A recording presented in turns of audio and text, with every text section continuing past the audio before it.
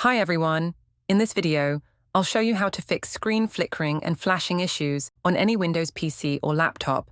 Let's get started.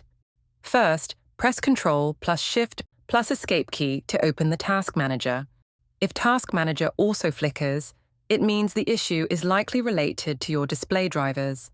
If only the background flickers and Task Manager is stable, the problem is caused by an app or Windows settings. Press Windows plus X and select Device Manager. Expand Display Adapters. Right-click your graphics card, select Update Driver. Choose Search automatically for drivers and install the latest update.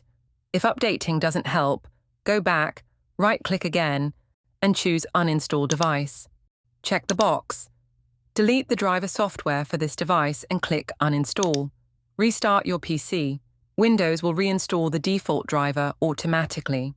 Press Windows plus R, type MSCONFIG, and press Enter.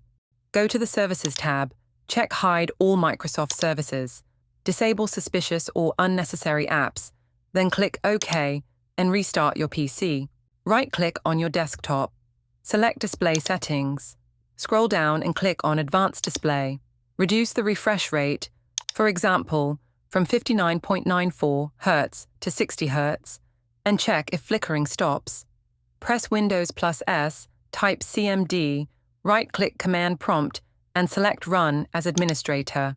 Type sfc/scanno, press Enter, and wait for the scan to finish. This will repair corrupted system files that may cause flickering. Go to Settings, Windows Update.